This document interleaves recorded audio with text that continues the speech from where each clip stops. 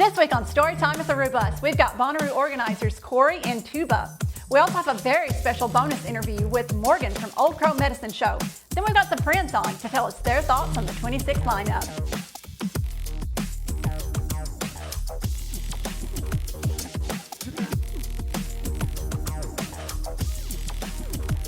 Welcome to Storytime at the Rubus, a weekly podcast about Bonnaroo and other festivals. I'm your host, Charla. Hey everybody, I'm Daniel. And it's our biggest episode of the year. Yeah, this is always a fun one to plan and put together. Lineup day is essentially Bonnaroo Christmas, which we point out later in the episode kind of makes more sense this year since it's happening in December. We are so happy to have everyone here. Hello to those of you that are watching live on YouTube for our kind of video premiere thing that we're trying out with this. It'll be available for download for everybody else after the fact. But, you know, Charlotte, we should probably reintroduce ourselves a little bit since so many people watch this episode every year. We should. So I'm Charla and he's Daniel. I am. We've been attending Bonnaroo since 2013. We do drive and own the Rubus. It is a big blue bus that's usually parked out in group camping. We took over the Rubus from Bob and Chammy of Manchester back in around 2016 or 17 and we've been taking that ever since. It's been amazing. Daniel has in the past helped run the Wednesday party, and we've done so many amazing things. Yeah, it has been a blast. Our time at Bonnaroo for 10 plus years has been some of the best of our lives. I'll tell you all about it. Ask me about my Friday night in 2016. That's the night I'll remember the rest of my life.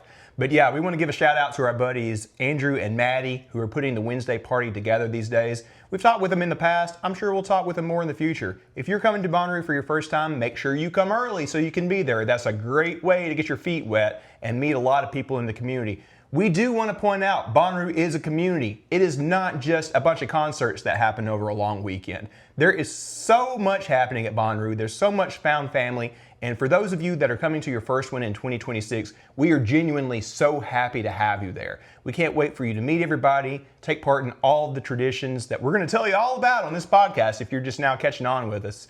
And it is going to be a blast. I genuinely say every year, and I say this later in the episode, it is the best party on planet Earth, and you are about to find out why very soon. So back in 2023, we actually started a nonprofit called Totem. Daniel, you want to tell them about Totem? Yeah, I guess so. So Totem stands for the opportunity to experience music, and it's a bit of a play on words because Totem is the fun thing that we carry around. I have a picture of my cat on one. You'll see it if you come. But we wanted to do a couple of things. So we offer scholarships for disadvantaged young people to come to Bonnaroo because we truly believe that it can help them, get a lot more confident in their lives, get a lot more leadership experience, and get them a head start in their career if they want to work in live music. But we also do a mentorship program where we're basically borrowing the idea of big brother, big sisters. You can find more about it at totemfnd.org. There's a lot going on these days, and if you want to take part in it, we would love to have you along. Yes, absolutely. We've had 6 scholars so far, 3 the first year, 3 the second year, and we hope to have 6 more in 2026. Yeah, so we'll have more to say about that in a little bit. But Charlotte, I think we should go ahead and jump in and get some reactions from some of our friends that recorded a little something right as the lineup dropped today. So we have a couple of them that have just a few minutes worth where you can see how they reacted to it right when everything dropped. To the Rubus podcast. Today we have me, Cam, also known as String Bean, Chloe, and Andrew on. We just all hopped on to do our reactions to the lineup dropping as it dropped. So yeah, Andrew, if you want to go first, what's your reactions? What are you excited to see this year, or I guess next year? I'm a little more lukewarm than last year, I would say, but overall, I think there's still some really cool like mid-card and undercard pools. So Rachel Riri's good to see back. Alabama Shakes, I'm excited to see. Passion Pit. Confidence Man I saw them at a 300 capacity venue in Atlanta and they were amazing. SG Lewis.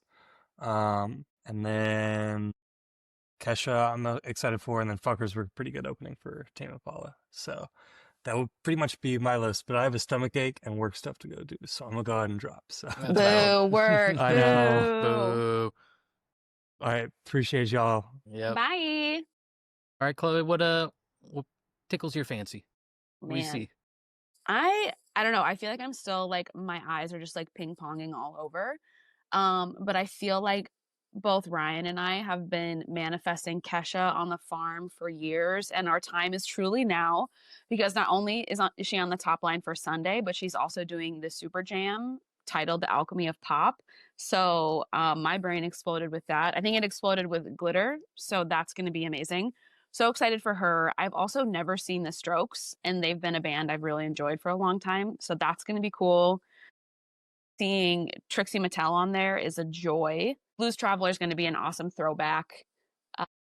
Seeing Rachel Chinariri back on the lineup is really cool too. I was really bummed to not be able to see her last year when everything went tits up. That was a real bummer. And I'll also say Audrey Hobart towards the bottom on Sunday is great. She has a song called Sue Me that's just been like on loop in my head for the last few months. And then last call out is Weird Al. I just saw him for the first time at Riot Fest in September, and it's maybe one of the weirdest, best shows I've ever seen. And I always forget that he's been like performing for like a million decades by now, but he has like the tightest show I've ever seen. He's like folk weird Slipknot. There's like 87 people on stage with him all the time, and they're all totally on point, and it was so much fun. So to see him get like a pretty big spot on Saturday, I think is going to be like one of those sets you don't want to miss, because it's just going to be so weird and fun. Yeah, I think Weird Al's just been around a lot and been around long enough that he knows how to put on a show, right? For real. And like I feel like it'd grab my parents, it would grab us, and then it grabs the generation behind us too. And I feel like he could bring some people too. Like I feel like there's a chance that random people would come up for that, like from other bands. What's this guy named Weird Al Yankovic? Are we Who's this supposed guy? to? And then they just see a dude, a really tall guy with a fro, with a robe on, a And la maybe in Wolfpack. a fat suit. Like there's a good chance he'll be in a fat suit on stage. It's not Guar levels of crazy, weird levels of crazy. Right, Guar adjacent for sure. Very excited for Alabama Shakes. Sarah Landry is literally like my other top person. So it's probably something like Skrillex, Fortet, Sarah Landry all at the top, and then everybody kind of falls behind them. But Sarah Landry will be great. But it is hard techno, so if you don't like pounding kicks just in your ear for hours at a time at 160 BPM, probably stay away. I'm very excited though. Let's see. Subfocus will be really good. Gorgon City should be good. I would expect them to do the Sunrise set. I personally want Sarah to do it, but they were supposed to do it last year, so it would make sense. Passion Pit, Boys Noise would be great. Trixie Mattel will be fantastic. Nikita the Wicked will be pretty good. They're a little more up and coming, but they're in the Rez sphere. So if you like Rez, you might like Nikita. Noah Khan, I'm excited to see again. He'll be cool. Kesha will be awesome. LSZ surprised me because I thought once they did their Mission Ballroom that they were done. And, going back to their separate solo projects to close the NL stream. So that's nice. They're at least coming back to do that one time. Yeah, just the once. Yeah. Daily Bread, Modest Mouse, Japanese Breakfast, San Holo, Ali and AJ, 100 Drums. And that pretty much rounds it out. Of course, Weird Al. But lots of exciting, honestly, just a lot of exciting undercard, which is, for me, that's why I go. Like, the headliners are nice, right? Like, Skrillex is awesome. Rufus is great. I'm not big on Teddy or The Neighborhood. Noah and Kesha are good. Turnstile will be amazing. But yeah, I think it's a solid year. And honestly, for me, I was like, this looks fantastic for a year coming off of a world event. And saying, hey, we're going to like open later and have less people and whatever. Like, to me, this is very reminiscent of 2022, where there was just a lot of good stuff and it wasn't anything crazy over the top, but it was perfect. It was exactly what Rue is. So I'm very excited. I think this is awesome. Can't wait to see more of the schedule and see where I have to not see things. Because I'd like to see the Strokes, but I bet somebody like Grizz or Turnstile or Zach Fox or somebody might be at the same time, and I might have to be like, I'm gonna go there. I know. I'm in denial of having to make those choices right now, so I'm like just living in bliss, Yeah, we're living in the blind lineup. Like, this looks great. I can see all of these people right now in my mind. There's going to be 74 of us running around. We'll be able to see it all. Yeah, well, we'll have Ricky as our totem, so everybody will be able to And find thank us. God for Ricky. He's Thank- going to do it for us. Yeah, Ricky the king. So. That's right. All right.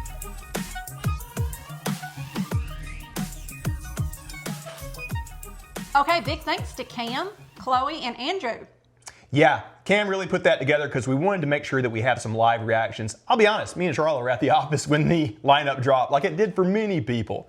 Now, Charlotte, what did you think about the lineup? We're going to do another part 2 of this episode later in the week where we're going to talk more about this with our friends, but I want to hear from you. What did you think? So, just briefly, in my first initial reactions, I love the lineup. I think it has something for everyone on there. You know, I did see a few comments about the lack of jam bands or the lack of a lot of the more heavier EDM like we had last year.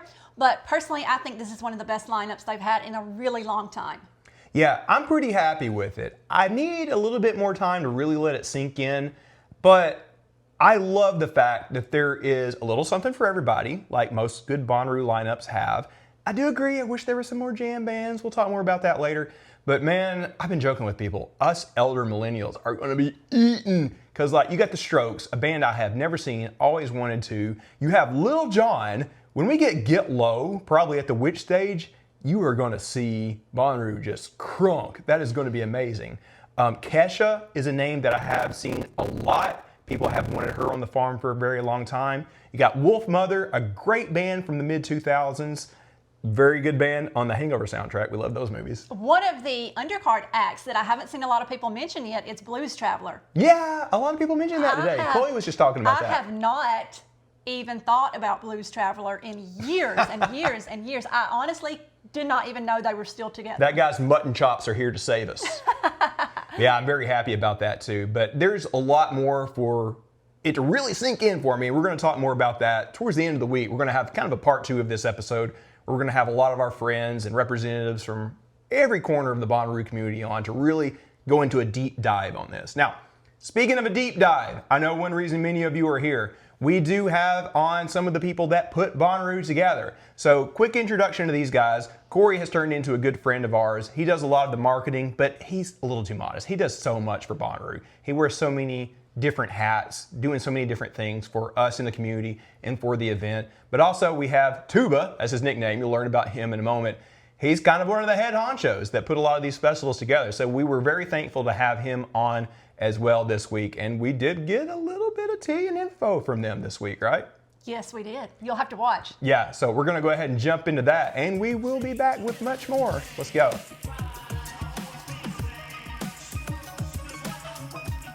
Well, happy lineup day, everybody. I was just joking with our guest that lineup day always feels like Christmas Day, and maybe this year a little bit more so since we are actually getting it in the month of December.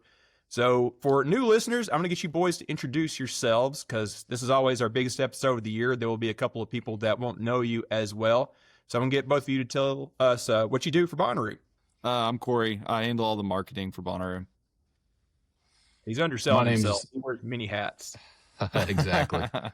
My name's Tim Tuba Smith. I'm the executive producer for Bonnaroo. All right. Well, it is obviously a great day to have you guys on. You know, I know everybody is always asking, like, hey, what's the lineup going to look like this year? And this year people are asking, like, what are the grounds going to look like? But I think one of the biggest questions is, how are y'all doing? How are you feeling? Not just with Rube, but with everything. You guys doing good? Yeah, I don't know how much the listenership knows about how the music industry functions, but everything kind of screeches to a halt about the middle of December for a couple of weeks. So we're quickly approaching that, and I think everyone in the Bonnaroo universe and beyond is going to be grateful for this couple of weeks just to recharge for a second. Absolutely. How about you, Tuba? Yeah, How you doing? I'm good. I'm great. You know, it's just like Cory said, we're sprinting to the finish line of the year here, and then there's about a 2-week period where we can really unplug and reset, and that's huge. And then we'll jump right back into it in the new year. So, but we're excited. We're excited. This isn't really on my list of questions, but I always ask this question when I see people in Bonnaroo when I haven't seen them for almost a year. Tell me something positive that's happened in your life in the past couple of months. Cory, you're first. I know one good thing for you. Well, in the last couple of months, Yeah. let's Or past see. year, Well, whatever. I guess I guess the most exciting thing that's happened super recently is the Boot Scoot and Boogie Nights band. We had our annual Thanksgiving or Black Friday show in Knoxville, and we were 10 tickets short of selling it out. Oh, And that's a 1,200 capacity room. So we were pretty excited about that. you just dropped yeah. some news on the channel that's named after you in the Discord now. Looks like we're What going to did I have say? you guys. Well, it looks like we're going to have boot scooting on Wednesday, right? Oh, yeah. Yeah, we're going to play the Wednesday party. It's going to be fun. What Hell yeah. stage? Headlining. Yeah. Yeah. How about you two? Tell us something good that's happening for you. I mean, aside from Boot Scoot and Boogie Nights out there, I mean, I love a good, Cory guitar solo, just peel face. It's awesome. No, I mean, this is going to sound cliche, but like, I mean, you guys have seen the videos online, the changes to the farm and the progress that Dale and Bill Check and the team, it's really incredible. Sadly it's been dry, so they've been able to get a lot of work done. I shouldn't say sadly, but just, kind of irony, I guess. But no, I mean, the farm's looking great. It's going to look outstanding once the spring rolls around. And I don't know. I'm just super excited to have everybody get out there and see it and get back to Rue. It was looking pretty sweet in those drone videos that you guys got a couple of weeks ago. I Yeah, think everybody that is was- yeah. Just so you know, me and Tuba were the two pilots from those shots. Didn't crash it. Good job. They fixed a lot in post. We'll leave it at Yeah, that. are you impressed? I've flown those. They're not the easiest thing. I get it, man. It's pretty Charlotte, why fun. don't you kick us off? We're going to talk a little bit. We're not going to visit last year because nobody wants to. But Charlotte, why don't you kick us off Oh, a no. little bit? Obviously, it is all about moving forward. Yeah. So, what is something that you learned last year that's going to help you better in 2026? I think one of the things that really resonated or something that like struck me kind of the couple weeks after the show was that you don't always have an answer immediately, and that's okay. Sometimes it's better to tell people that you're listening and then just take some time to listen. Collect information, hear from your community. Because, I mean, Bonnaroo is unique in that you will hear from people, and a lot of them, because it means a lot to a lot of people. So I think that's something that I've learned. In marketing, you're always trying to like fix things immediately. You're like, what can I say that will fix this problem right now? And sometimes there's not anything, and that's okay. So that was a big thing that I feel like I learned. I hear you. I have that problem too. I feel like I have to fix things immediately. Sometimes you just have to be okay with the fact that you got to wait a couple of days. Agreed. I think there's, we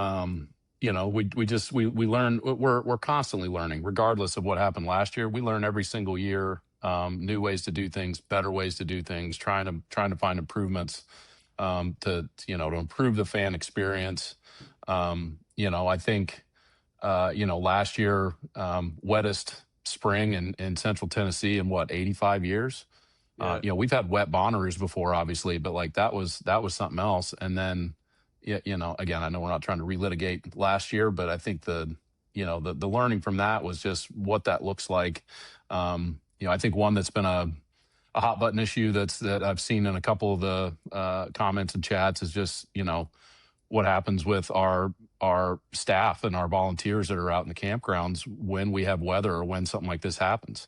And it's literally never happened before. So, I to the compliment to the volunteers that were out there at all, it's like, there's no motivation for them to stay. And so we've got contingencies in place to be able to, God forbid we have this happen again, to be able to make sure we've got staff out there. But I think another key point there is just, if there's lightning and weather, like we can't have staff out there. It's a safety issue. But we've certainly learned a lot from that front.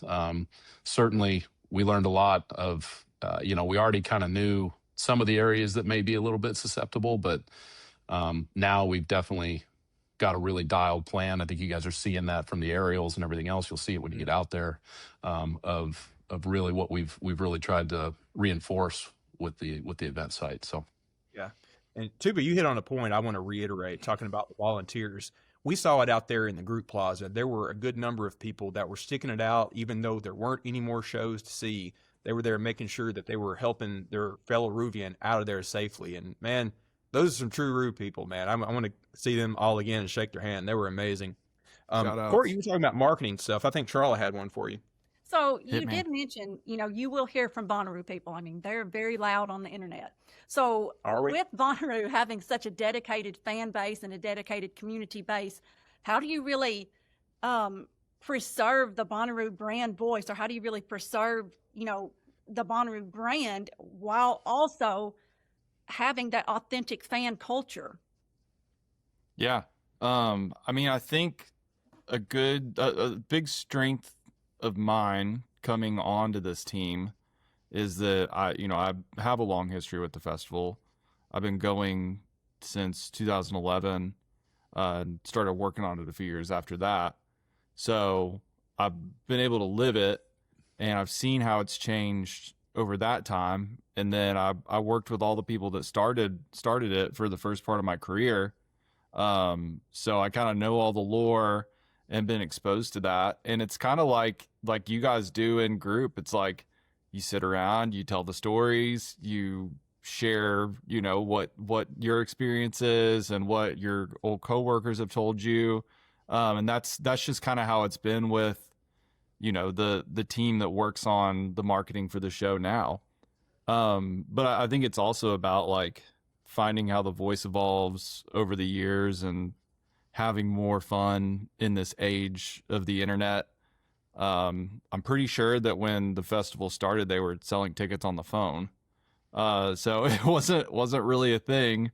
And now there's this whole other world that is completely online. So it's been really fun to like find our place in that and like lean on, some of the younger folks on our team too, and like see where the festival sits in the cultural landscape with them, having not been, for like 10 or 12 years or whatever. So it's been really interesting.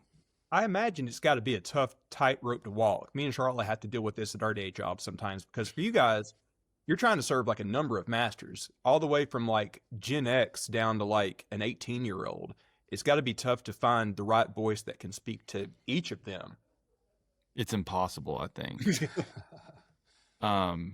Yeah. It used to really be do easy, think right, Cory? You buy some radio ads, maybe a billboard or two, off you go. And But I say you're easy. just- I think it's a lot more fun now. The meme culture, there's just, with Discord and Twitter and TikTok, and just there's so many different platforms and so many different connection points. And I think that's again, I'm not a marketing guy. I don't want to speak for Cory, but I think also at the same token, like the more ways we can connect with people about what Bonnaroo is, the better, and more ways to connect with the fan. So I think it's a good thing. I think it's a good thing that we're connected the way we are, and like you said, Charlotte, like Bonnaroo fans are going to let us know, but that's what makes them great. That's what makes them the best fans out there. I mean, seriously. So What have you heard from the past couple of months, now that everybody got past all of the PTSD? Like, what have you heard now that they're like ready to go again? What do you think they're most looking forward to? I mean, I think like this isn't trying to like pat ourselves on the back or anything, because all the action that we've taken since last year is based off of what people have told us. So we're basically just, hearing, hey, for me to come back, you guys really need to put some time into this piece. And so we put time into that piece and then this piece. And, we've sort of tried to go down that checklist and address each one of those things and communicate that before we try to, get people to start making travel plans and buying tickets, etc. So it's been really encouraging to see the conversation kind of shift over the past few months from, the feelings that we were all feeling when we left the farm, dejected, just sad, gutted, angry, to now being, receptive.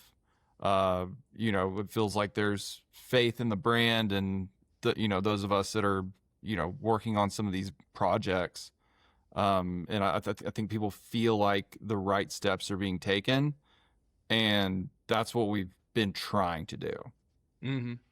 Tuba, And how about you? What have you heard from the fans that you want to give them? Well, I was going to say, I think just to give kudos to Cory and the team. I mean, you guys saw it with the surveys we put out, a couple weeks after the show, and that's really just us going, look, we need to not run away. We need to stay here, and we need to listen. We need to understand, and we need to really make sure that we are doing what the fans want and what is important to them. And I think that's a key tenet. We've always done that, but I think that's what happens when you can go through some adversity is like, go back to what made it what it is, and not that we were away from it, but I think, return to the core and really get that feedback, and so like Cory, it's like date changes and configurations and programming and like everything, like, we've got our own kind of echo chamber when it comes to all of this stuff. And I think, the best thing we can do is get out of our own heads and just ask, what do you guys want? And again, Bonnaroovians speak up. They're not shy about that. And that's great. Yeah. Charlotte helps run the Reddit. She can tell you all about that. Yeah. There's been a lot that's happened this past year, in addition to all the stuff that we don't want to revisit anymore. Like, you guys have had a big leadership change. You're changing your promotional schedule. Things are going to look different on site. So many other things too. It all adds up. With all that going on, like, what have been like 2 or 3 of your specific goals to kind of keep this train on the tracks and ensure that it stays successful? Well, this is our open invitation, Cory, to bash Brad. He's no longer here to no, defend no, himself, right? So, no. Brad, Brad was outstanding. I mean, give him a shout out that's well deserved. And he had an amazing opportunity that came up. He was certainly extremely torn to have to pick a side there between artist management and actually, staying with Bonnaroo. I will say on that front, just because you mentioned the leadership change, like, our new festival director, she's been with the show for over a decade. We always joke that while Brad may be, the face of it, she's the one that's doing all the work. And so while we say new leadership, it's not new leadership. She's been a leader at Bonnaroo forever. So we're really excited to have her come in. So we wish In Color all the best. We hope to see them soon enough. Exactly. But Yeah, what are some of your specific goals moving forward with like so much going on? Has there been like a couple of things that you guys are talking about in your Zoom calls and in the office where it's like, we got to nail this down. We got to make this sure that it's good, other than the grounds changes? We all know, that's going to be good to go. I mean, I think that's the big thing is kind of responding to the deficiencies, that we had kind of Friday into Saturday last year, because I mean, by all accounts and, by our observation, like it was going to be a really good one last year, man. Like it was like we'd learned a lot the few years before that. And 23 was really, really good. And we had a few more things on our checklist to hit for 24 to really knock it out of the park. And we felt like we were there. So I think we have a really good game plan, for, like, let's go do this thing and nail it. So I feel really good about that. I think it's just like making sure that, the community trusts that and that, we're responding, in kind there. Mm-hmm. Yeah, I totally think you have that, but man, Alternative Universe me would have really loved that King Gizzard residency, man. Yeah, same universe me would have liked that. No, I would have seen you there, dude. So there's a lot of changes coming up for 2026. I mean, there's no Tuesday entry, and programming has been lessened on Thursday. What advantages really do those changes have for the fans? Cory, you want to fire up on that one, or? Yeah, I mean, I think the Tuesday thing is a direct kind of correlation to how the capacity is getting dialed back a bit to make room to, not camp people in certain areas. You just don't need it. And it's pretty expensive to do. And our goal, obviously, with Bonnaroo is to charge the cheapest for tickets as we possibly can.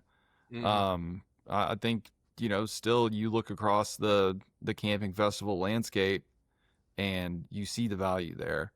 And that's always going to be a huge priority of ours. I think, some of the other changes that we're working through are really just to make the farm more resilient over time.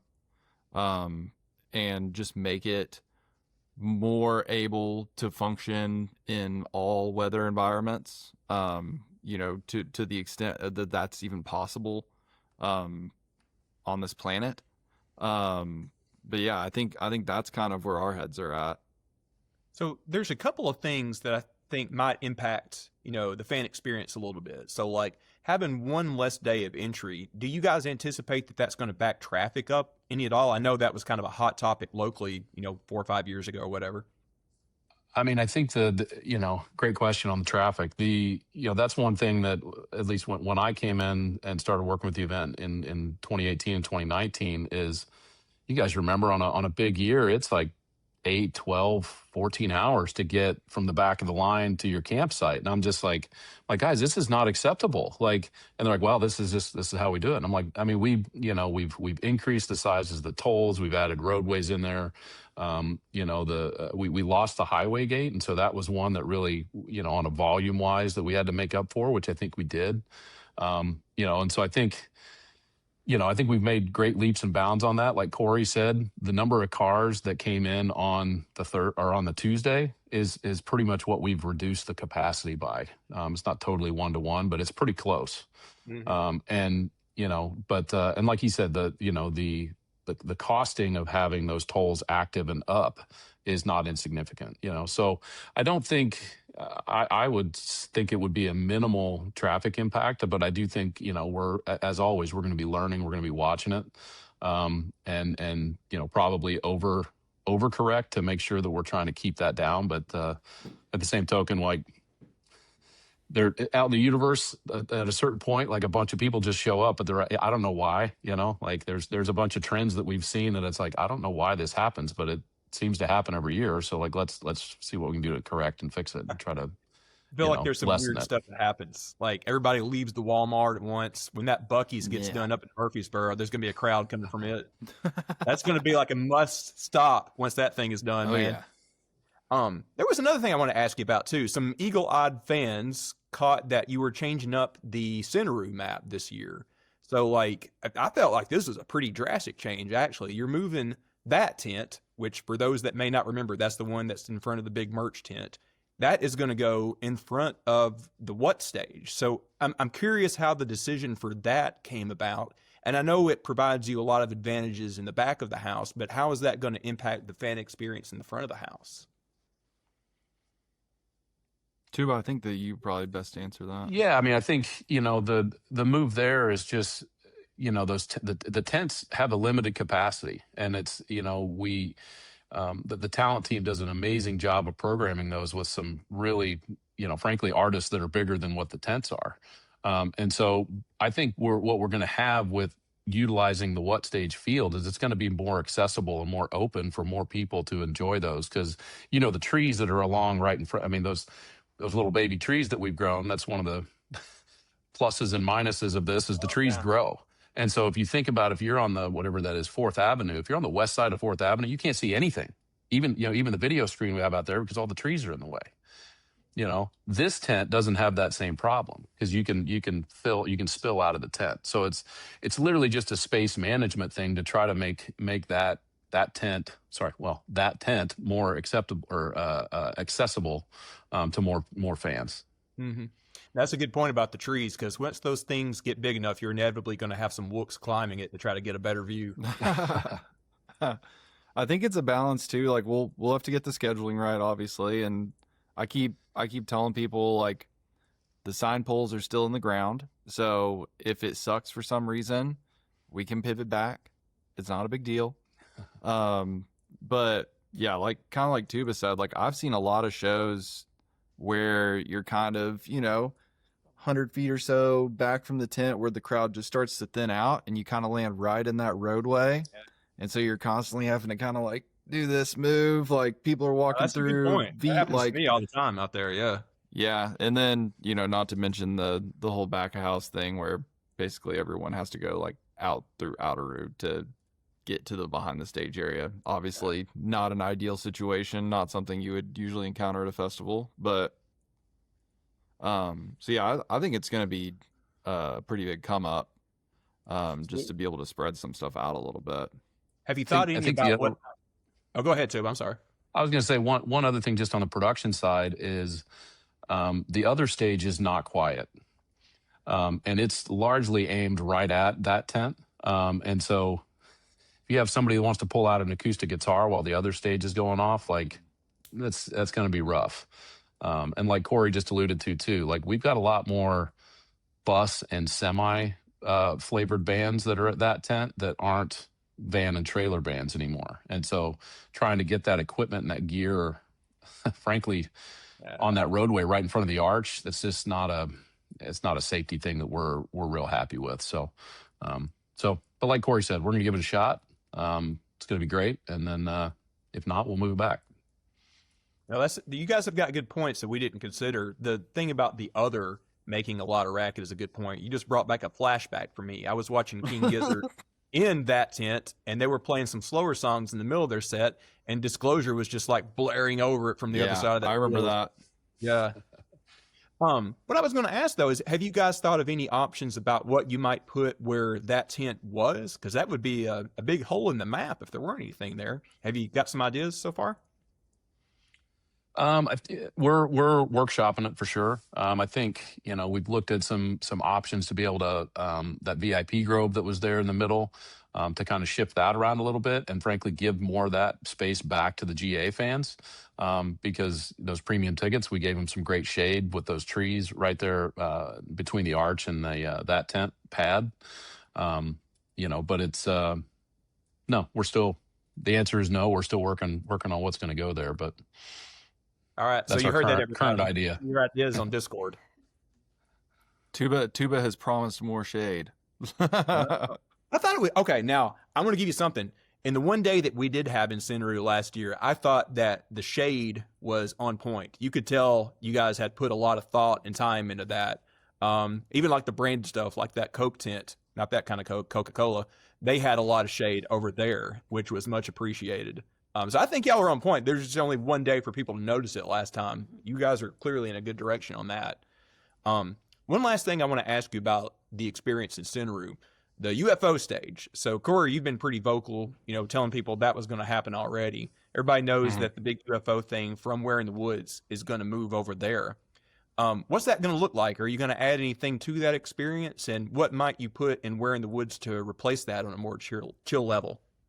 Yeah, I mean, I think minimalistic is going to be the move for the woods. I think using that natural shade and relaxation space for that is going to be good because that's a premium on the farm.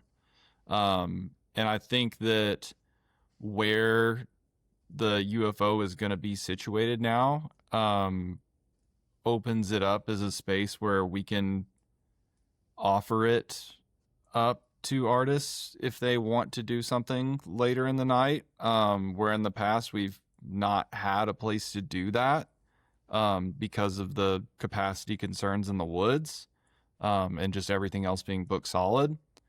So I've been very cautious with what I'm promising for that, because we could have no crazy pop-ups, and it's just a lot of like regional up and comers, kind of like you saw in the woods last year, and just kind of serve as that like late night dance with your friends space, like before you go to bed. But it does give us a lot more opportunity over there than we had in the woods. So I think it's gonna be, and it's more central, man. The woods, like, they're nice, but if you're staying on this side of the camp, yeah, and I can vouch. The woods are over here, it's just kind of a pain in the ass. I mean, it's a cool space. Like, don't get me wrong. Super cool space, especially when it's all lit up. But I think that this is going to work out. And I do hope to share more down the road as we start, getting a few firm, like, okay, this is going to happen here. This is going to happen here. And maybe it does turn into, a short lineup announcement, kind of like we would do for Where in the Woods. But I'm just going to be really cautious and over promising there until we get into the new year, a month or two. That makes sense. Usually when we're talking to you, it's, January. We're still a month behind. It's important for everybody to remember that. Yeah, there is nothing booked. There is not a single act booked on that stage right now. I'll say that. All right. One more about ground stuff, and I think Charles is wanting to move on to talk about the actual lineup and stuff this year. Let's talk about Outaroo for a second. So, Cory, you shared those videos from the drone that you guys didn't crash, where we saw a lot of the new roads and stuff like the new pad out in the group area, which thank you for that. We appreciate that. What kind of changes or improvements can we expect in the Outaroo area this coming year? Is there going to be anything new in the plazas? What are you going to use for that space where nobody's camping, stuff like that? Are you talking programming or are you talking like logistical or both? A little bit of both, but mostly programming. Yeah.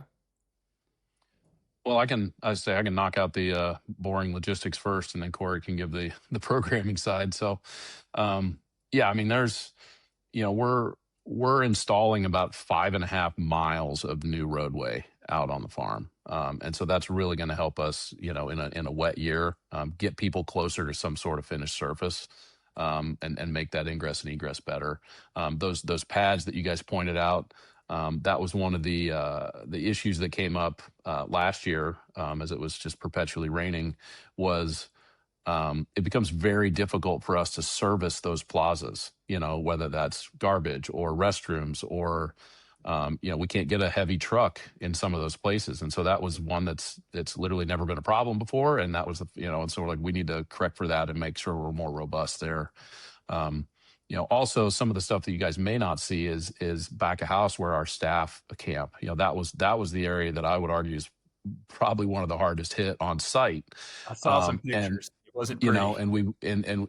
We've got to take care of them. So we've done a lot back there in the back 60 to make sure their experience is better. We put in the same videos you guys saw. We put in some more drain tile in front of the witch stage. For anybody that's been close to that stage and when it's wet, that it's real squishy down there because it's literally a culvert right at the downstage edge. So anything we can do to try to help get that water down and away from the area as opposed to just sitting on top of the surface is going to be better for the fans that way. And then, there's some culverts that we've enlarged and things like that we saw last year that were a little bit of a restriction. So we've made those larger to make sure that water can get out of there quicker. So. Good deal.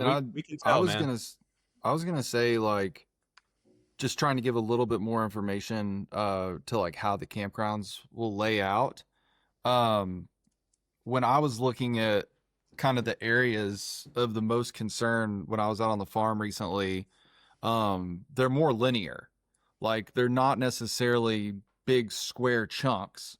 There are some spaces as you get way in the back where the whole field kind of goes like this. Where kind of the back side of the field, if we're looking at any kind of weather, anywhere close to this year, we wouldn't camp those big squares. But a lot of the stuff on this side of Bushy Branch is kind of where the hills kind of roll into a V, and just give it a little more space in those. So a lot of those areas where you're seeing people not be camped are going to look like this, versus like a big square.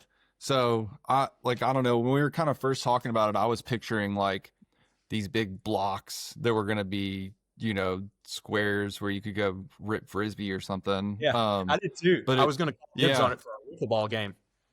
Yeah, it's a lot of space, but it is a little more linear than some people might be imagining it. And I'll give a quick tease on the programming for Outaroo. I think scale-wise, it's going to be pretty similar to what we had lined up last year. The difference is House of Yes. We're working with them to kind of step up their footprint a little bit. Oh, thank you. They badly need that. It's always so packed. But I think, and the caveat is, I don't believe that we're going to have them confined to that one barn this year. Oh, So okay. the thought is to decentralize all the programming out there and have it kind of work a loop among all the barns, so we can get the programming to more people, um, instead of having everyone have to come to that one plaza. So I mean that includes everything. That's like the wellness and yoga programming. That's meetups. That's like House of Yes theme shows. It's all of it. So that's kind of how we're working the concepts this year. But that's just a little tease. We'll be rolling out kind of all the finer details later. But I think that's going to be a good plus. No, that's pretty cool, dude. All right, send them our way. We would be more than glad to host a wild drag show out in the group plaza. Hell yeah, that'd be nice.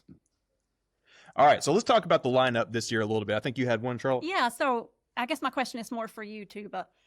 With Bonnaroo always being a multi-genre festival, what really guides your decision about booking? Like, what do you really lead with? Well, I will lead with this caveat that Cory and I are not the bookers. I always say that if I booked artists that I wanted, we'd probably sell about 36 tickets. Doesn't mean I don't Wait, like who the would you artists we want? book. Who would you want, I've got Tuba? all sorts of. I got weird eclectic stuff, and it's weird. Guitar and music nerd stuff that is a little more out there. But that being said, Tedeschi Trucks, Trombone Shorty, like I'm all over Sunday for sure. So, but no, I think I think the broader answer there is, it's twofold. We want to keep the programming, aligned with what Bonnaroo always has been, but we also need to be, Bonnaroo means the best in the streets, right? So, what do we have out there that we can continue to move forward? We want to make sure that we service our longtime fans, and we also want to make sure we get new fans in the door, and get them to come out and really feel it and understand what Bonnaroo is about. You can't see it from the webcast or on Instagram. Like, you got to come out and feel it and be with the people. And so I think that's the biggest challenge, but also the biggest thing that's an asset for us when you talk about multi-genre and trying to make sure that we can hit a couple different things. Because it's twofold. You want to get the artists that you want to see, but then you also want the discovery. I think that's the root thing with a music festival is like just walking past this stage and like, man, who is that?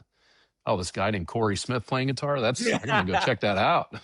So, Now, that's a good point. I have long told people that I'm trying to sell on the festival that a lot of these bands you may not know now, but they're going to be some of your favorites the second you get home, And I think that's something, not you guys, the bookers, have had a good finger on the pulse for a very long time. But Cory, how about you? Like, how do you feel about like putting the whole thing together? I know there's a lot of different things you have to think about. Like, what are fans saying on Reddit? What are they saying on the surveys? Who's available? Like, how do you walk this tightrope? I mean, I think one thing I'll say about our booking team is that they are really, really receptive to, diving in on these surveys. And, this was, that kind of music census thing that we started doing 2 years ago. That's not something that any of them have ever dealt with on one of their other shows. And it's something we kind of talked them into, and they welcomed with open arms. They're really good about not, having an ego and, thinking that their idea is going to be the best. They want to know what the fans want to hear. And that list is going to be kind of pulled up when they're making that first round of targets, which is great. So what the fans want to hear. I'm writing down Tame Impala 27 right now. Okay. Yeah, I mean, that's a conversation. But yeah, I mean, I think, one of the things I like about how the Bonnaroo lineup turns out every year is like you go down to the, fifth or sixth line on some of the days and you're still seeing, as a music fan, you're still seeing like, acts that are playing the 1,000-cap clubs in Nashville, like big bands that you've been wanting to chase down for a while. And so I think, I mean, every time that I've gone as a fan, it's been completely impossible to see even half of what I wanted to see. And that's always how it is. I'm sure once I start listening to this year's lineup, I'm gonna find some stuff that I've never heard of that is awesome. So always excited about that. But yeah, I would say like strategy wise, like, you know, the talent team, the booking team's also nice enough to hear me out from time to time. And sometimes they'll call me up to bounce something off. But I think one of the things that I like to try to push if I can is like, let's find acts who are popular with younger people that our, you know, core audience is also going to be into. Because I'm 34 years old. I would consider myself right in the middle of our core audience. And you know, as the marketer for the show, we want to keep bringing in new fans so we can do this thing for another 23 years. But yeah, I think, you know, you look at bands like Turnstile or Geese, you know, Rainbow Kitten, stuff like that. I think some of those acts are really, you know, really exciting for me, and really exciting to, you know, someone that just graduated from UT, and is, you know, at a completely different stage of their life, to get them out there and come see their first Rue. Geese is a big one. I feel like that is a band that is very obviously on a rocketing upward trajectory. Like they could probably be sub-headliners by the time June rolls around. I think that's one that a lot of mainstream people haven't heard of just yet, but they very much will in the coming months. Mm-hmm. That's one of those examples where, like, yeah, I think you are going to have found one of your new favorite bands after you had seen them.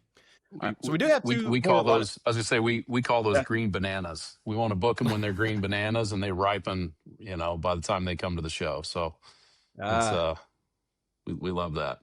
That's a good one. I'm stealing that for other things later. All right.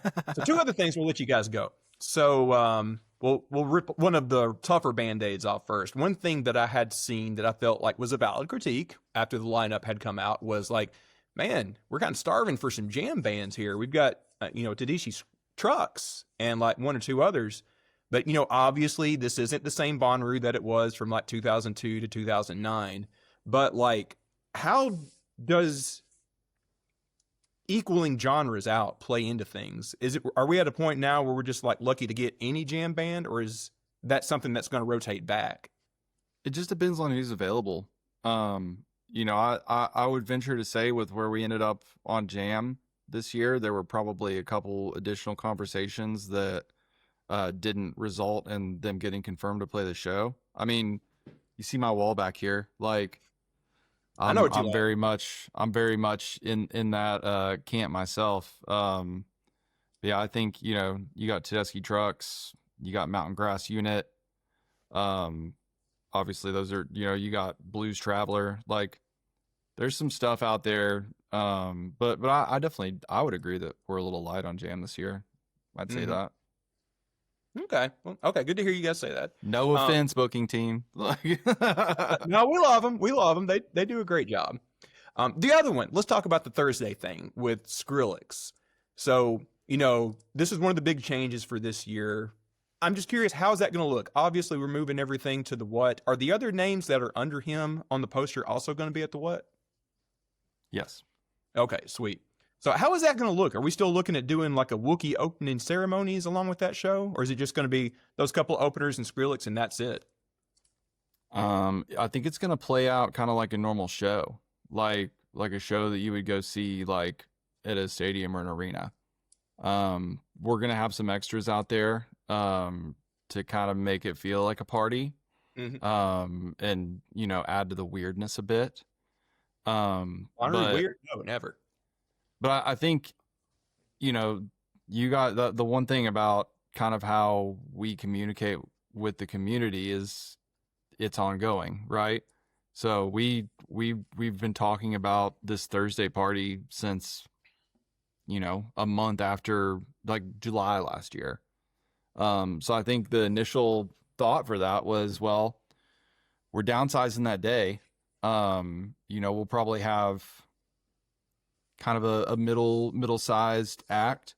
And then we'll do a bunch of really fun Rue stuff to make it feel, you know, super fun and kick the weekend off the right way.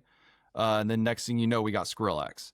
So I think that kind of changes how you look at it. And when you get an artist like that who has the vision that Skrillex has, and the creativity of his team and putting together an experience, you want to get out of the way a little bit. Yeah, that's true. So I think that's kind of where we're going now. I'm really excited about Thursday night. It's going to be crazy. I'm pumped, dude. I had seen some of his shows. You know, that Coachella thing that he did with Fred and Fortet was amazing, but he's done a couple of wild shows at Red Rocks that I would suspect would give people an idea of what to expect at Rue. And yeah, dude, I'm pumped too. It's going to be cool. Yeah. Well, I think that's most of everything I had. Charlotte, did you have anything else? Oh, I did have one more question. I had a marketing question. Oh. So I've noticed in the past few years, there's been so much user-generated content for Bonnaroo online. So how do you really measure the user-generated content? Do you think it's better, or do you think user-generated content is better for first-time buyers, like it's to get first-time people to buy a ticket, or it's better for retention? You can tell this is her It's day a great job, too. question. No, it's a really good question. I think you probably noticed last year we started going around the internet and finding that content and then doing like dumps of other people's photos. I've found it to be extremely charming and very authentic, and as a marketing tool, kind of the best way to show off what it's really like. Because we've got, our photography team wandering around out there with their $6,000 cameras or whatever. I don't know how that stuff works, but their photos are beautiful. But I don't know that they're always necessarily true to form. And I don't know that, I think some of those pictures that you see, pictures and videos and stuff like that you get from the fans, are more representative of what the actual energy is like on the ground. So yeah, I think that's something that we're going to keep trying to do more of, just like featuring other people's experiences and letting the community show off, what it's like, because it's awesome. That whole concept always reminds me of that scene in Titanic where they're at the fancy party upstairs, and then Leo's like, "You want to come to a real party?" There might be some campgrounds you might not necessarily want to put on your marketing. I'll just put it that way. Yeah, we definitely have to screen those a little bit sometimes. Well, guys, thank you so much for hanging out with us on what is one of the busiest days of the year for you. I'm sure it means a lot, but what also means a lot, I say this every year without irony. I mean it from the bottom of my heart. You guys throw the greatest party on planet Earth, and it means an awful lot to a lot of us. And, last year notwithstanding, we're in it with you. Like, we're here every year because we have made a big found family, and we consider all of you guys in the back of house to be part of it too. It means a lot. Thank you so much for your work. We appreciate that. Yeah, thanks so much. Thanks for having us. And make sure that you both stop at the Monkey Bar this year. Corey, you know where it's at. Bring Tuba down with you. I'll be there. Let's Yeah. do it. Tuba's We'll ready. bring Dale Green. You're playing next Bringing door. Yeah, we got to bring Dale down there. Yeah, we're bringing Dale Green, Yeah, please. That'd be nice. He's a big celebrity now. Heck yeah. All right. Great. Well, thank you guys. We appreciate you. Happy Rue. We'll see you soon. Appreciate y'all.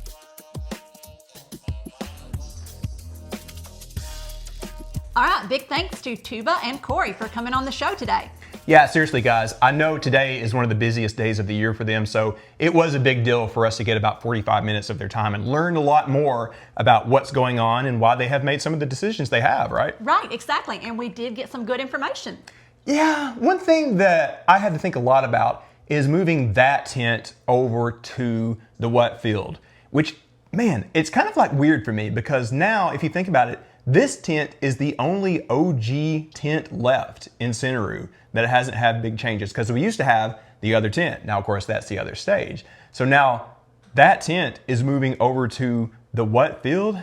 It's going to be interesting. I'm willing to give it a try and see how it goes. And I think a lot of what they talked about made a lot of sense if you think about it. Right, I absolutely agree. Yeah, I think it could potentially work out very well. I have seen a lot of fair points about why it might not, but to Cory's credit, he talked about how they'll just put it back if it doesn't work. Right. Mm-hmm. I like how Bonnaroo can be very elastic with these kind of things. Exactly. And keep moving things around and Exactly. trying different things. Mm-hmm. If Bonnaroo was the same thing every year, copied and pasted, I would get a little bored. So I do like the fact that they're willing to throw stuff against the wall and see what works. Right, I love the evolution of Bonnaroo.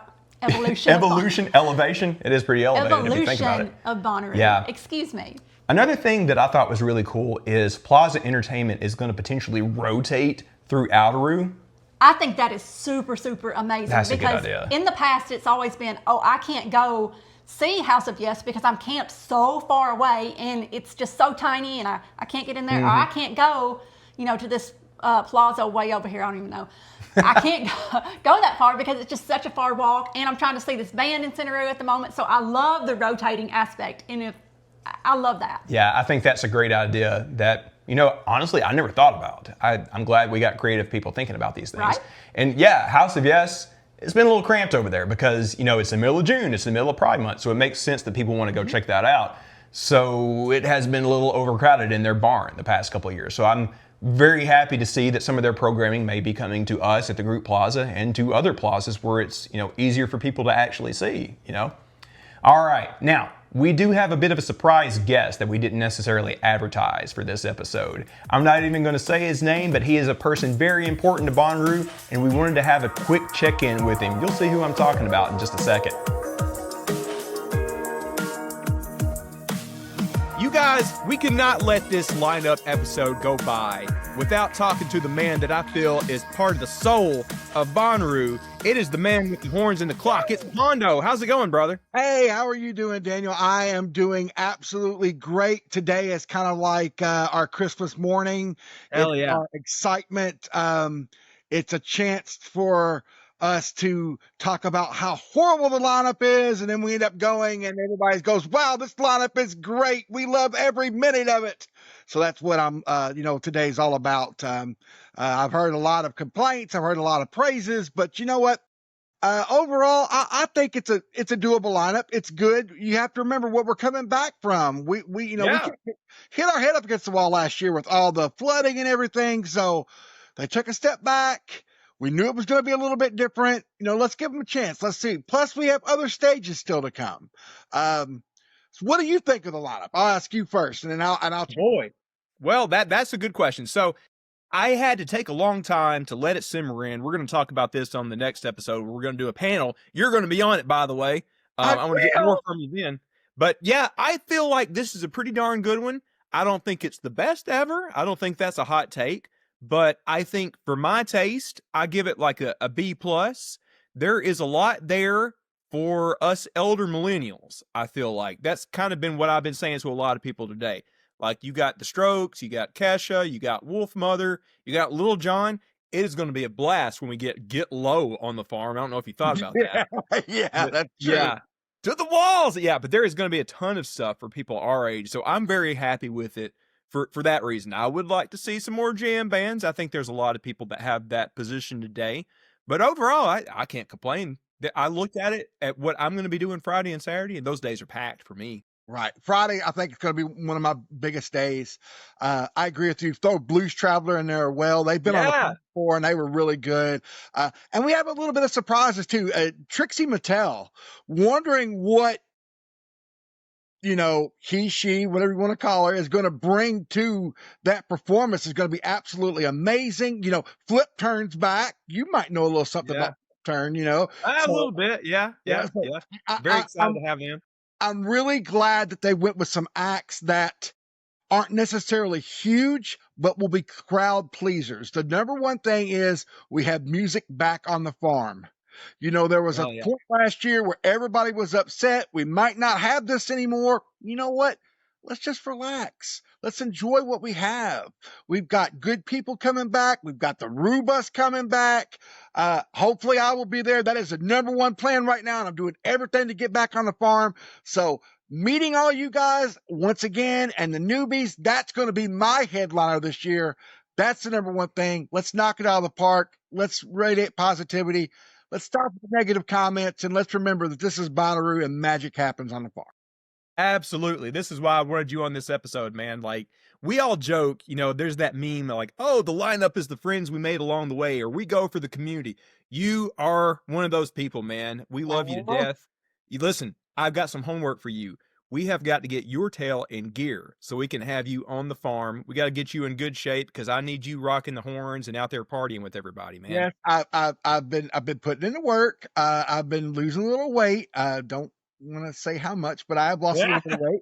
And I've got a good support system behind me. And the number one thing is, after looking at this lineup, there is no reason that someone who enjoys music, enjoys the festival community, and enjoys the magic that happens in Manchester, Tennessee, there's no reason you shouldn't be at this. Yes, it needs more jam. Everybody agrees with that. And you know what? There's possibility maybe some more acts will get added. And we also have Outeroo still too. There's a very good possibility we could slip a jam band in there or two. And I think, you know what? I've got faith in them. So I hope everyone else holds on. I do too. And this point in the episode, we wouldn't have talked with Cory and Tuba yet. We touched on kind of those things a little bit. So a teaser for what everybody's about to see and a teaser for you to watch later too. Now, Pondo, you're going to be back in just a couple of days. We're going to have our traditional panel where everybody's going to go through what they're looking forward to each day. And I can't wait to have you back with our crew on for that here in just a couple of days. All right, man. Thanks so much for taking the time to say hello to me and reaching out. As always, you guys, Rubus, top notch, can't get better, blue ribbon all the way. And I'll see you in a couple of days. Okay. You too, man. We love you. We'll see you soon. All right. Have a good one. All right, big thanks to Pondo for coming on the show. Yeah, Pondo, everybody loves you to death, brother. I was serious when I said we need to get your rear in gear and get you in Bonnaroo shape because everybody wants to see you there. For people that don't know, he usually has on this helmet with horns and a clock on a chain. What's that guy's name, the rapper? It's escaped me right now. Everybody's like, yeah, saying his name right now, but I'm just not remembering. But anyways, he has been a beloved member of the Bonnaroo community. He was kind of unofficially voted Bonnaroovian of the Year a couple of years ago. That's kind of a tradition we have in our group. We'll have some of the other Bonnaroovians of the Year on very soon, in fact, later in the week. But we just wanted to check in with him and see what he thought of the lineup and wish him well. Everybody send him some encouragement. We need to get him on the farm very soon. Now, we have another very special guest. This is a jam-packed episode, guys. It is. Yeah, so one of the guys from literally one of our favorite bands ever is on tonight. You want to introduce him a little bit? We've got Morgan from Old Crow Medicine Show. Morgan has been with Old Crow since the year 2000 and was at the very first Bonnaroo. In fact, he played the very first Bonnaroo. Yeah. He had some fun stories about that. Literally, I can't say this enough. We can't thank him and his management enough for sending him our way. One of mine and Charlotte's favorite bands. We've seen them at least a dozen times over the years. We talk a little bit about some of their favorite shows in the interview. Without any further introduction, let's go talk to Morgan. Hey everybody, I am thrilled to have one of the guys from one of mine and Charlotte's favorite bands. We've got Morgan coming in from Nashville, one of the Old Crows. How's it going, dude? It's going great, man. Thank you so much for having me. Oh, well, thank you for being on. So you guys got a lot going on. We're going to talk about the Christmas record and the little tour and even the Rhyme New Year show that you got here in just a little bit. But, you know, like I was talking with you before we recorded, this is a very Bonnaroo show. Now, I want to hear a little bit about your history with the band because you've been there just as long as Ketch, I think, and you guys were at one of the first Bonnaroos. So I'm just curious if you could tell me a little bit about how you got going with Old Crow and tell us a little bit about how that first Bonnaroo went. Yeah. I met Ketch and the guys. I'm going to say it was probably 2000. Mm-hmm. And I had moved to Nashville. I mean, I'm a Chattanooga boy. I'm a Tennessee boy, born and raised. Yeah. And I had gone to NYU for 2 years and came back. And I was at a trade school here in Nashville called SAE, which is an audio school. And I was there with a buddy of mine, Sam. And my dad came up one day to take us out to dinner because, you know, we were poor audio school kids. Yeah. And there used to be this great Irish pub down on 2nd Avenue, whose name I'm not going to remember. Was it Hair the Dog? No, it was earlier than that. Okay, wow. I mean, like I said, this was like 2000. Yeah. And there was this crazy band playing kind of right in front of Wild Horse Saloon. And they had a magnetic draw. And so I kind of went over as we were walking up to the restaurant, and I kind of stood there for a bit, for more than a bit, because it basically, my dad said, "Hey bud, we got to go. Like, I got to eat. I'm diabetic. I need my blood sugar up." And so I walked away, but that band stuck with me, and I kind of tried to find ways to see him. I saw him again on 2nd Avenue a couple of times. And this is the time in which they were playing on the Opry Plaza, when they were doing the Opry Plaza stage shows ahead of the Opry. But, these guys weren't on the stage. They were by the bushes. So I'd go see him, and at some point I must have sent him an email just saying, like, "Hey, if you ever, need anything, I'm a bass player. I'm in the, music industry at the time." Yeah. Sure enough, one day I get a call from Willie Watson saying, "Hey man, we have a show and we don't have a bass player. Can you do it?" And I said, "Absolutely, I can do it." And I said, "What's the show?" Or I said, "When's the show?" And he said, "It's Thursday at 7 a.m. And I said, "What is the show?" And I think it was, at the time, it was probably the 75th anniversary of the Grand Ole Opry, and it was at the Ramadan. Yeah. Jeez. Yeah. No pressure at the Ramen for your first show. Yep. First show ever at the Ryman, and Marty Stewart was hosting. Gosh. And sure enough, I took off work a little early. It might have been 9 a.m., but I took off work a little bit and went and played a show, and then went back to work. And that job dried up about a year later, and that was the last job I had. So it was just 2 years later, you guys were at the first Bonnaroo on the farm. It was way more of a jam band, bluegrass kind of thing at the time. Like, did you even know what to expect? What kind of thing it was going to be? Did they tell you it was going to be kind of like Woodstock in Tennessee, or what? Man, I remember two things so specifically from the very first Bonnaroo. The first one being that they had no idea how to tell people how to get to Bonnaroo. Because this is also, what was this, 2002, 2003? Yeah, 02. So this is also like well ahead of Waze or Google Maps. Like, you're lucky to be able to get a reliable, MapQuest printed out. You couldn't go down the main highway because the main highway was crazy with traffic. They hadn't figured that out yet. So they had us like routed through McMinnville and oh gosh, there's another town down there. My wife is from McMinnville, so I know now. But at the time, it was, we were on all these crazy back roads, and it was literally like, turn right where the Walmart used to be. And we finally get there. We're stressed out as heck.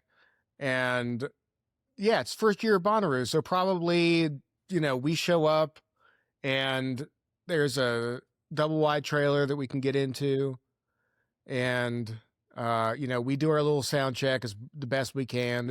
And I remember we played the show, and I think it's halfway through our set, because I think we might have been the first people to make noise about it. Like, we might have been the first band to actually we were 2:00 on a Friday or whatever it was.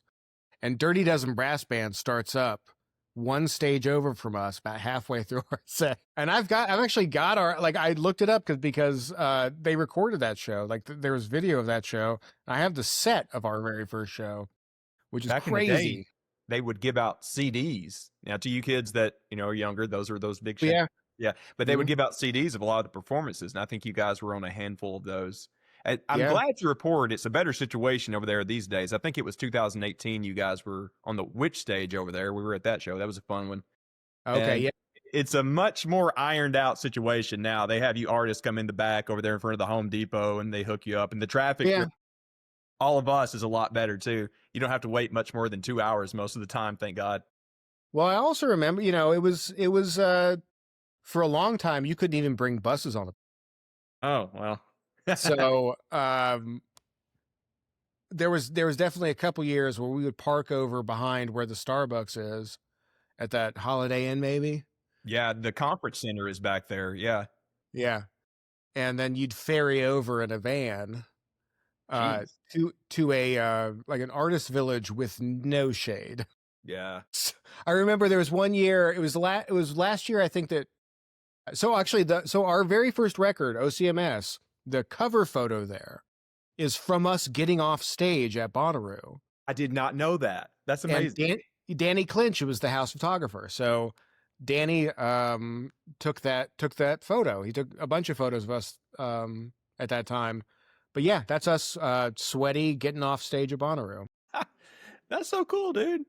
All right, And so it's a dog going off the straw. no, it's all good. And then years later, this would have been probably 2011. This would have been 2011. We're back down there, and Danny Clinch is also taking pictures. And my wife, who is probably 2 months away from having my firstborn, my son, and we're down there taking pictures with Danny in zero shade in July. Well, that's cool. That's some cool trivia I didn't even know about. That's amazing, dude.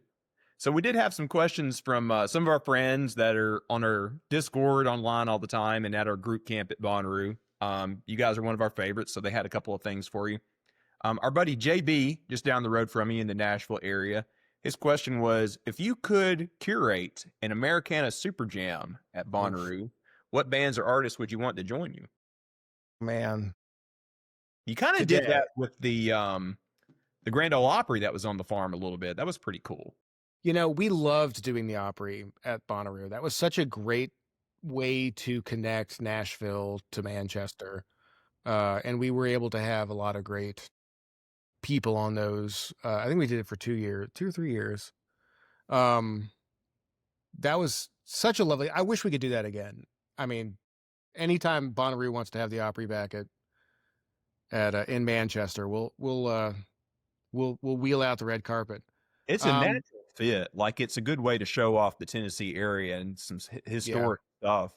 It's just the logistics are tricky. I get it, you know? No, for sure. And I think that one of the things that the Opry does so well that in Nashville that nothing else is nothing else. I mean, I say this, but is really, you know, keeping the old flame alive while trying to ignite new ones. And to be able to bring that to the Bonnaroo stage was something that was so satisfying. But boy, if we were to just like, if we could call anybody we wanted for an Americana Super Jam, I mean, it's Billy. It's got to be Billy Strings, right? Yeah, it's got to be Billy. It's got to be a Billy and Molly. It's Billy Strings and a Molly Tuttle Super Jam with Sierra Hall. And then, you know, we got to have Shovels and Rope in there for a little bit of grit. I'll tell you, one of my favorites I saw you guys play with was the Carolina Chocolate Drops. We saw you play with them at the Ramen years ago, and that was an amazing show. Y'all did a handful of songs together. Man, we've known those guys for so long. We've known those guys for so long that we stole members of Dom Flemons' band later. So. And we're so thrilled to hear that they're playing together again. You know, Rhiannon and Dom have been friends of ours for almost as long as we've been a band. And I'll put them on a stage anytime, and you can count on us backing them up. Heck yeah, I'd love to see that. All right, next one is from our buddy Josh in Knoxville. He says, the song We're All In This Together has had a lot deep meaning for him over the years, particularly when he's dealing with loss. He wants to know a little bit of the story behind that song. What was the inspiration for it? That's a great question. That was a song I think that Ketch and Willie sort of worked at a little bit together. You know, the thing about that song, I mean, that's a song that always hits my heart. Yes. But there is a story that I remember we were told on the road one time, was that there was a fella in the service who was part of an engineer corps. And so they were out there finding mines. They were mine sweeping. And they said that anytime they went out, they went out on a mission, they would play that song ahead of the mission. Jeez, dude. And that hit so hard. Yeah. That came came in so heavy of like, wow. And we're so lucky to be able to have these moments as a band where you have these really deep connections with people and our music where you never expected it to go into that place, and they bring it to you, and the weight that it brings, like that resonates every time we play that song. So, we think about that song a lot. We don't play it a lot. Because it is a heavy song, and it's a hard song to sing and really bring what we want out of it. But we're all in this together. That line, I feel like we hear all the time and we say all the time, especially today. Yeah, very good point. I can see why that really resonates with Josh. All right, I got two more from our buddies. Our buddy Cam wants to know, what's an Old Crow unspoken tradition? He left that one kind of open-ended a little bit. That's an interesting unspoken tradition. I mean, there's there's the groany thing of saying it's hard to tell whenever anything we're trying to figure something out. Unspoken, it's one of the things that we have carried through the 28 something 29 however old we are now, is that we have a lot of people coming in and out. We've been real lucky to find a really great band right now, and I think we have a great lineup at the moment. With Chance McCoy returned, we've got PJ George, who's such an incredible multi-instrumentalist, and Mike Harris on guitar, and Ketch and Cory and I have been together for a long time.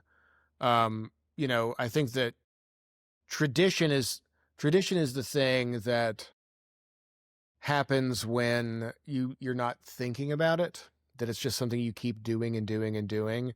And I think the thing that we keep doing and doing and doing is include people. So yeah, there's music is such a community. There's a guy just sent me a message, honestly, a couple of days ago. We were playing at Fresh Grass in Massachusetts last year. He's like, man, I kept passing you in the hallway and I wanted to say hi, but I was kind of like, oh, I don't know if I should. And like, that's not what music is, man. Like we are a family. Everything's a family. Everything is shared and communal, because there's nothing new under the sun. We're sharing the same songs, the same chords, the same sentiments. And I hope that that's a tradition that music doesn't ever stop making, especially country music. I think country music is something that is so inclusive that, anybody who wants to be involved in it is welcome. Yeah. I would second that, because I can tell you from the other side of the venue, going to see you guys is not that far removed from going to see like the Dead or Fish or somebody like that, because like a lot of us have come to know each other. I run into some of the same people at your shows and stuff. You guys are always kind of trolling us back and forth from the stage and everything. It does feel like that kind of give and take, and I do feel like that's perhaps that unspoken tradition. Like you guys have the same kind of thing. I mean, we're not exactly deadheads, but it's in the same vein. Well, I think that there's something so specific about, I mean, you mentioned the Fish and Dead, like they're such a live band. Those are such live bands. And I think that we have always also been a live band. We have our records and we've got our songs. And we're glad that people, can experience us through those things anytime that they want. But there's never been a time that we had thought like, oh, we're not going to play shows. Like playing shows is the thing that we've always done. It was the put the dollar in the banjo case that we have open on the street corner, in the French Quarter in New Orleans. Like that's always been us. We've always been a live band. Yeah. And I think live music is something that I understand, I realize that it's a semi-contentious issue these days because of reasons. I was just talking to somebody the other day. I got a question a couple years back from a high school student for an interview saying, why should we, why do you think people should go see live music? And I never thought I had to answer that question. That was a question I thought that was like, I don't know, man. Like, there's no reason why wouldn't you? That's Yeah. the only thing to do. I think Go I see would've live told him- music. I would have told him community.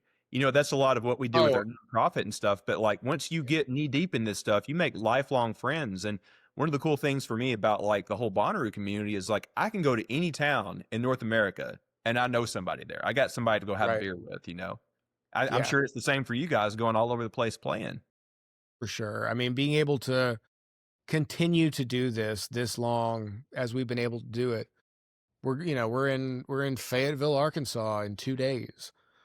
And we've been in Fayetteville, Arkansas since, the early 2000s. Like, we've seen the width and we've seen the width and breadth of this country and all of the people inside of it. And there's nobody who doesn't want to go and have a good time and listen to music. Exactly. All right, we got one more from one of our friends. This is from Maddie in Atlanta. He asks, what unexpected or unusual influences do you guys have? He says your sound has a lot of variety at times, and he's curious where you draw inspiration from outside of like bluegrass and southern rock. We're all, well, I say we're all, but that used to be true. Specifically Catch and Cory and I mean, we're children of the 80s and 90s. So we were talking about how you guys covered the Beastie Boys that one time. That was pretty cool. I mean, it's Beastie Boys, it's Michael Jackson, it's Nirvana, it's Bruce Springsteen, it's Tears for Fears, it's, the Bangles. Like, I think that aspect of like songwriting and performance that and Guns N' Roses and, like Metallica and Slayer, like we were part of all of that growing up. And so it's impossible to separate that from what we're doing. Yeah. And when we were diving into what is traditional music with Woody Guthrie and Bob Dylan and Chris Christopherson and Johnny Cash and Patsy Cline, Hank Williams, like all of that, like you take those themes and you take those ideas and then you meld them with, the furnace with which we forged our musical tastes through our youth. And you get things like Methamphetamine and you get things like, Don't Ride That Horse or Wagon Wheel. I mean, like it's all in there. And because we were never closed off to I think that when we were coming up in the early 2000s, late 90s, traditional music had a very specific path. And, that path was the bluegrass circuit. Like that was the, like you went to the festivals and you went to the fiddle competitions and you did that thing. And we were very lucky to have some visionary people behind us at the time with management and booking where they said, we're not going to send you to Galax. We're going to send you to the Cat's Cradle in Carborough, North Carolina. And we're going to send you to the Variety Playhouse in Atlanta. We're going to send you to Bonnaroo. I remember when my wife and I first started listening to you guys many years ago. We're not far behind you. Like, I remember finding your picture and be like, these guys look more like a punk band than a bluegrass band. Like, we're like, okay, they got something different going on. I will tell you that this is another little inside tidbit. So when we were like very, very early days was also when Oh Brother was coming out. Yeah. So that was a huge windfall to the traditional music world. And turns out that we had actually submitted some music to Oh Brother. What? Okay, this is something else I didn't know. That's cool. So I owned this half-track mono tube tape machine by a company called Webcore.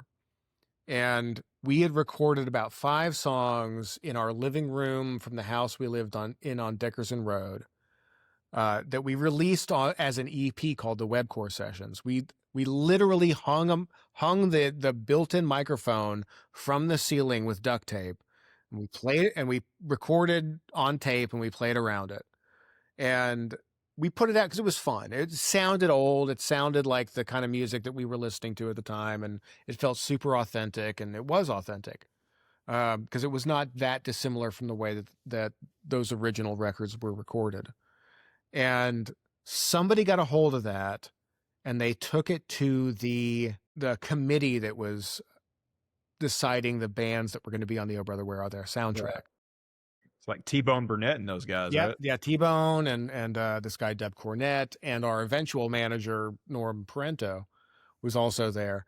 And they put this record, because we didn't have a picture of ourselves in this, like, this was literally a record where I was burning CDs and printing out the labels and like the CD labels, and before every show we were cutting out from printer paper and folding it into the J cards and like using the CD stomper to put the label on the burned CD. I remember that.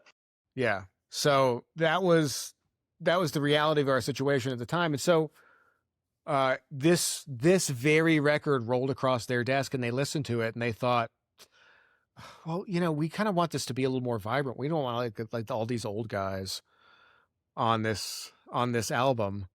So, because they thought we were certainly almost dead. That's how old this record sounds. I hope one day that we get to re-release the Webcore Sessions. It's a great I'd love to hear little that. slice of Old Crow history, but it only exists in burned CD form at the moment. Well, I mean, speaking of, kind of different releases, you guys have something pretty cool out now. You guys have done the Christmas record. That's Finally. out. You guys are about to be touring that, obviously, in the month of December. I'm curious, how did you guys feel like now was the time to make like an Old Crow Christmas record? Like, how did you decide that you were going to go about it in your own way? We've been wanting to make a Christmas record for years. And I think that, the industry that we grew up in was very much the industry in which you make a record every 2.5, 3 years, and you promote it, you tour it, and then, rinse and repeat. And it's really only been in the last couple of years where we actually bought a building in East Nashville back in 2020, and that we've been working out of for the last 5 years, called Heartland Studios. And it really enabled us to be able to enact any kind of idea that we had. And now that when we're on our 20 whateverth year, we can kind of do whatever we want. We're not on a record label that is requiring us to follow their rules. And we have ideas of the kinds of records that we want to make, and we've always wanted to make a Christmas record. We've been trying to find a way to play Christmas songs for as long as we've been a band. And now we had the opportunity to just say, we're going to do it. It's time. We came up with a batch of songs that were really fun, and we worked them up. Usually in this case, you're making a record in July and you're putting it out in November. Yeah. And because we didn't have a gun to our head to be able, we're going to need this by this time.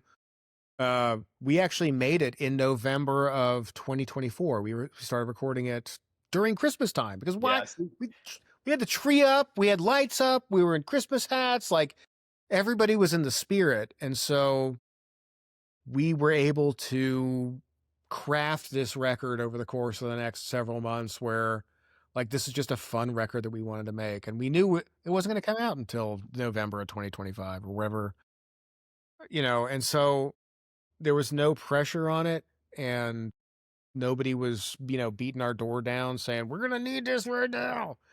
And because when you decide to do something like this and you decide that we're also going to tour it, because in traditionally we're not really touring in December. That's a tough time to go and get people to go spend money on us when they want to go spend money on Christmas presents. So we really wanted to have a Christmas tour as well and create a new tradition. I think it's fun. It turns into like, listen, I can tell you, like, me and my wife, we like doing this thing where, like, we like doing a trip in December just as much as we give presents. We're at the age now, like, where if we wanted something, we would have had it already. So we'd rather do something together. So, like, the idea of going to, like, a Christmas show, you know, as something fun along those lines are great. In fact, we went to your ramen show at New Year's last year. That was pretty much the same thing. That's always a blast, dude. This is, I think, our 16th year of playing the Ryman. Yeah. What do you think you got in store this year? Anything special or new? Man, special or new? We do have some new acts that we're going to be playing with, and we obviously have the Christmas record that we'll probably be playing some Christmas songs this time. But we are getting to reconnect with some great friends of ours, Shovels and Rope. They're playing. I'm trying to remember who we actually have on these shows. This was such an interesting year because we spent probably 4 months talking about who we wanted to have play our New Year's shows.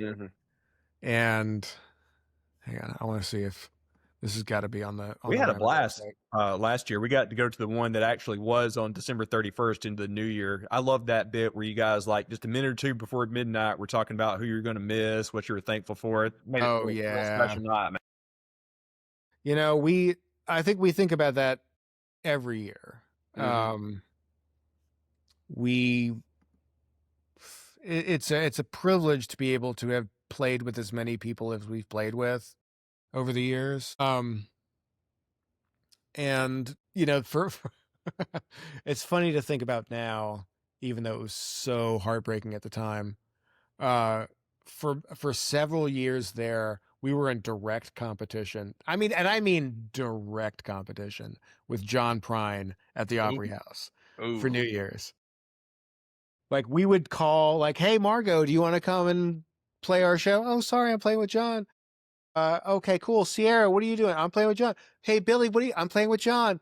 Like, John stole all of our talent for years. And, but I mean, we love John Prine so much. Like, every time we're like, "Yeah, that's cool." It's easy to understand. No, I get it. If John called us, we'd probably go. We'd be like, "Hey, we're going to take like a 30-minute break from the show. We're going to go play with John Prine over the Opry House. We'll be back. You guys get a beer." Good luck doing that in 30 minutes in that traffic on New Year's night, dude. Yeah, no, fair point. We'd have the bus. Be fine. Well, Morgan, thank you so much for jumping on with us tonight. It's really special. I'm not blowing smoke. Y'all are one of mine and Charlie's favorite bands. It's been a privilege to see y'all well over a dozen times over the years. Can't wait to see you again. And thank you. Come visit the bus. We'll hook you up next time you boys play Bonnaroo. We'll show you a good time. Bonnaroo, have us back. We'd love to come and play Bonnaroo. I think, honestly, it's been since like 2018. Yeah. I went back and looked at my set lists, and I think my last set list is from June 9th, 2018. Yeah. I was there on the front row. I don't know if you remember this, but me and some other guys were messing with you guys, trying to get you like, "Hey, y'all know Rocky Top, don't you?" Catch is like, "I don't know if we know that one." Y'all finally Did we play it? Yeah, you played it. It was great. Excellent. Good. We don't get a lot of requests, and I'll leave you with one just because it's a funny story about Gil and Dave. We tour, early days we toured with Gil and Dave, and we would play shows with them, and we have our energy, and Gillian Welch and David Rawlings have their energy. And so it was always crazy to open up for them because we'd rile a crowd up. And then, Gil and Dave have their very different stage show. And I remember one time,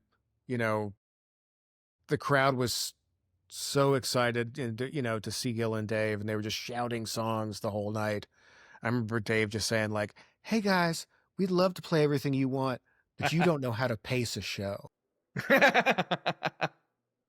No, that's true. I I loved that. But I think anytime that we could hear something fun enough from the crowd and there's an opportunity to play it, like, we're not the country music jukebox that a lot of people are, but if there's ever an opportunity to, if there's ever an opportunity to play Rocky Top, we'll probably play. That's a good spot to play it at Bonnaroo, man. Absolutely. At the Crown Jewels of Tennessee.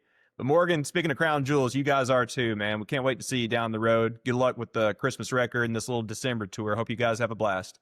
Well, thank you so much and have a Merry Christmas. You too, man. Talk to you soon. All right, huge thanks to Morgan for coming on the show. We love the Old Crow in this house. Yeah, like I said before, we have seen them at least a dozen times. We have 3 or 4 of their albums over there.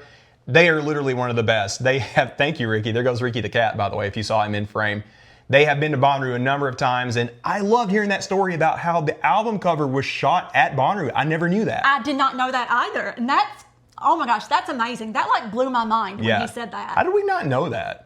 I guess I just never thought about it. But that is so cool. That is some Bonnaroo lore right there. Yeah, never knew that. But anyways, yes, the Old Crow Christmas album just dropped. Go check that out. Also, they may be coming to a town near you. They're doing kind of a mini Christmas tour. And if you get the chance, you got to go to the Ryman for their New Year's show. It is a Nashville tradition at this point. If you get the chance to see Old Crow at the Ryman anytime, take it. But their New Year's show is just next level. They go through a lot of special stuff for that. Now, guys, we're going to get out of here. But one thing that we haven't talked about is Totem. And we have a Patreon for this show. You can support Totem by becoming a Patreon. We do some special stuff for our patrons every now and then. In fact, we owe them a little special episode answering questions and stuff. We were going to get to that. We will get to that, I promise. But I'm going to tell you more about that in a second. But Charlotte is going to list off everybody that supports our show. Okay. Imani, Bradley, Jared, Olivia, Claire, John, Lexi, Danny, Lisa, Butter Crew, Nick, Delaney, John with Texas Roo Crew, Brady, I Am Rave Dad, Courtney, Casey with Texas Roo Crew, Christy, Jums, David and Aurora, String Bean, Zach and Jeremy, Amber, Andrea, JB, Sam, Austin, James, Hygiene Queen, Chris and Shy, Dan, Ernst, Harris, Keith, Casey, Nick, Maddie, Bruce, Andrew, Kent, Randy, Bosco, Eric and Ben, Evan, Chloe, and Sean. Thank you, everyone. We really appreciate your support. Every cent goes to the Totem Foundation. So you are funding people going to Bonnaroo that wouldn't be able to go otherwise. You're helping them in their careers. You're helping us put a nonprofit together because we've learned in the past 2 years it's not the easiest thing. So we have an extensive board to thank as well. We have a ton of friends that are helping us in a number of positions. You've heard from some of them tonight. It's not just me and Charlotte. It's dozens of people who are doing this. It has been amazing. I really feel like we have put, a dent in things and made a big difference in people's lives. I'm getting a little emotional thinking about it. You can learn more about Totem at totemfnd.org, and you can become a Patreon at patreon.com/Roobus. Thank you again, everyone. Like I said, every cent goes to the Totem Foundation. We really appreciate you. Yes, thank you so much, guys. Now, like I said, thank you so much for joining us for this lineup episode. There is more coming. A part 2 with many of our friends doing a deep dive into the lineup will be coming later in the week with some of the people you heard from today, some others that you haven't. We want to take a few days for this to settle in, and then we're going to go through our traditional panel. So we hope we'll see you again later in the week. We hope you subscribe. Our niece is usually the YouTuber. She's on every once in a while. She's always saying, smash that subscribe button, but we do appreciate it if you do. It helps us and it helps Totem out. Also, want to give a shout out to our best friend and, practically my sister, Brooklyn. She's not on this episode, but you'll see her in a lot of episodes. She told me to say she is going to be out there losing her damn mind for Rufus New Soul. In fact, me and you and her are going to see Tycho in Nashville this coming Saturday. Yes, that's going to be fun. So if you're in the area, maybe we'll see you. And we do have a number of Totem events coming up very soon, too. We'll tell you more about that in the coming episodes. But we have events coming to here in Huntsville, where we are, Nashville, Atlanta, and more. So check our socials, check the rest of our episodes. We'll tell you more about it. We'd love to see you in person. We'll have some goodies for you if you can come, right? Yes, we will. All right, guys. So we always sign off every episode by saying get out there and radiate positivity. That is a big part of the code. We have talked about it in other episodes. We'll talk more about it in the future. But if you are becoming a Bonnaroovian, that is something you need to remember. We really thrive on positivity around here. You know, constructive criticism is okay every now and then, but like, we support each other. We build each other up. We make this a positive community. So when we say we want you to radiate positivity, that's what that means. We can build a better place for each other. You know, I'm getting a little sappy thinking about it, but You are, yeah. it means a lot. So we'll see you later in the week, and up until June, get out there and radiate positivity. Bye.